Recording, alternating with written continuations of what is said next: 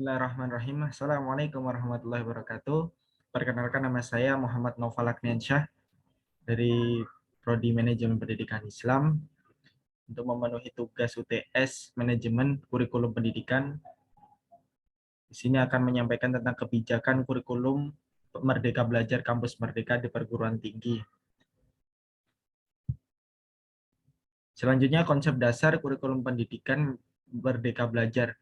Kampus Merdeka adalah hak belajar 3 semester luar program studi yang merupakan amanah dari berbagai regulasi atau landasan hukum pendidikan tinggi dalam rangka peningkatan mutu pembelajaran dan lulusan perguruan tinggi.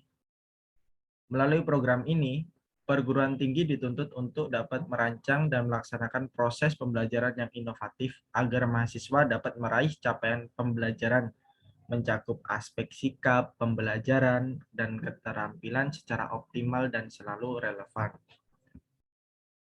Adapun program utama yaitu kemudahan pembukaan program studi dan perubahan sistem akreditasi perguruan tinggi. Kemudahan perguruan tinggi negeri menjadi PTN berbadan hukum dan hak belajar 3 semester di luar program studi. Selanjutnya ada azas kurikulum pendidikan.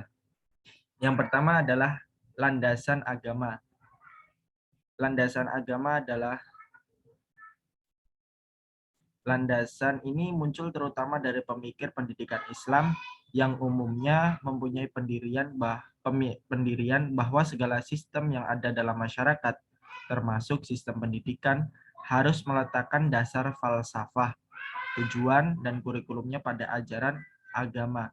Contohnya di Islam, sumber ajaran agama yang pokok adalah Al-Quran dan As-Sunnah, dan sumber lainnya adalah ijtihad. Berdasar sumber-sumber inilah aspek atau unsur pendidikan dikembangkan seperti perumusan tujuan pendidikan, materi, dan strategi pelaksanaannya. Selanjutnya, landasan filosofis. Landasan filosofis adalah yang pertama adalah progresivisme, aliran yang mengutamakan kebebasan dan menentang semua bentuk otoriter dan absolutisme.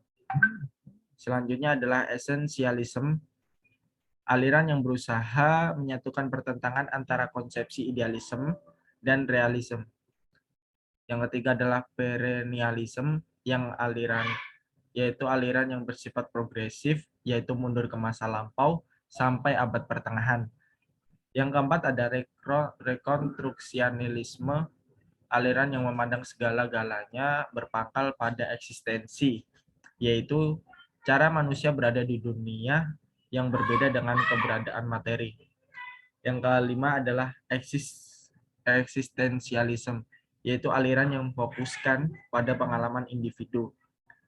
Azas kurikulum pendidikan yang ketiga ada landasan psikologis. Landasan psikologis adalah landasan dalam mengembangkan kurikulum. Yang dimaksudkan adalah faktor-faktor psikologis yang harus dijadikan dasar pertimbangan dalam mengembangkan kurikulum. Yang keempat ada landasan ilmu pengetahuan dan teknologi. Bidang ilmu dan teknologi yang mempunyai pengaruh terhadap pendidikan, diantaranya bidang komunikasi, transportasi, dan mekanisasi industri. Kemajuan bidang komunikasi sangat berpengaruh terhadap pendidikan.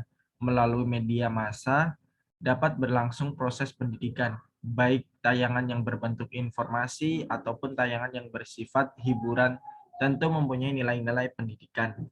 Yang terakhir ada landasan organisatoris. Di sini adalah landasan ini berkenaan dengan masalah dalam bentuk yang bagaimana bahan pelajaran dalam kurikulum akan disusun, dikelompokkan, dan disajikan. Ada komponen kurikulum pendidikan. Yang pertama adalah komitmen pada tujuan. Komitmen pada tujuan adalah yang dijadikan acuan utama adalah mengambil keputusan. Setiap mengambil keputusan harus yakin dan tidak gampang terpengaruh. Selain itu, pelajar merdeka juga mempunyai dedikasi atau kewajiban yang mengikat pada tindakan tertentu untuk mencapai tujuannya. Selanjutnya ada mandiri terhadap cara. Yang dimaksud adalah memiliki cara dan menyusun strategi mengatasi tantangan untuk mencapai tujuan. Pelajar merdeka yang bisa menentukan prioritas berdasarkan tujuan yang ingin dicapai, yang memilih cara berdasarkan sumber daya yang tersedia, dan menyusun strategi yang adaptif terhadap tantangan yang dihadapi. Selanjutnya, melakukan refleksi, melakukan penilaian diri dan meminta umpan balik dari orang lain untuk mengetahui kebutuhan belajarnya. Diawali dari proses refleksi terhadap pengalaman dan perjalanan hidup pribadi, bahwa merefleksikan adalah cermin bagi diri sendiri.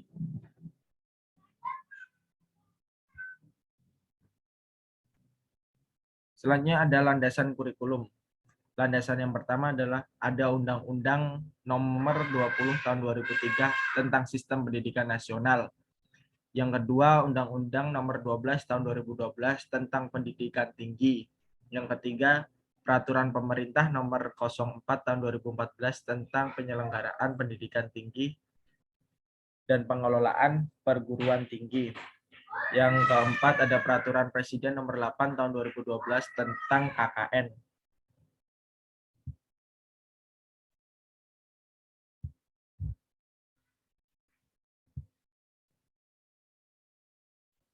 Banyak mahasiswa diberikan. Selanjutnya ada program kegiatan kampus merdeka. Yang pertama ada magang atau praktik kerja, kedua ada studi independen, yang ketiga ada program bangkit, keempat Indonesia International Student Mobility Award, yang kelima membangun desa, KKN tematik, yang keenam ada pejuang kampus muda merdeka, yang ketujuh ada pertukaran mahasiswa merdeka, 8 proyek kemanusiaan, ke-9 riset atau penelitian, yang ke-10 wirausaha.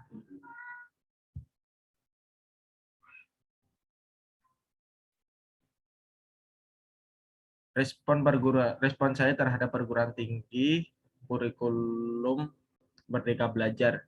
Ada beberapa langkah yang perlu diperhatikan dalam menyiapkan kurikulum MBKM, yaitu setiap PT tim pengembang kurikulum untuk menyiapkan pedoman teknis dan pedoman pelaksanaan kebijakan MBKM, terutama menyangkut aturan, etika, prosedur, mekanisme pelaksana, sistem yang akan digunakan, serta pilihan program yang dikembangkan.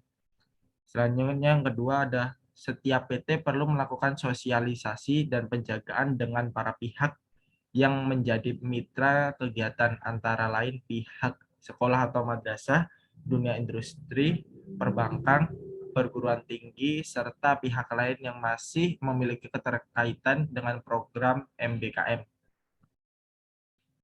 Yang ketiga ada program studi mengidentifikasi, mengelompokkan mata kuliah yang memiliki kesesuaian rekognisi dengan program MBKM yang menjadi pilihan mahasiswa. Yang keempat ada melalui perubahan kebijakan kurikulum, PT berbasis MBKM berharap semua lulusan program studi dapat menjawab tantangan dan problematika.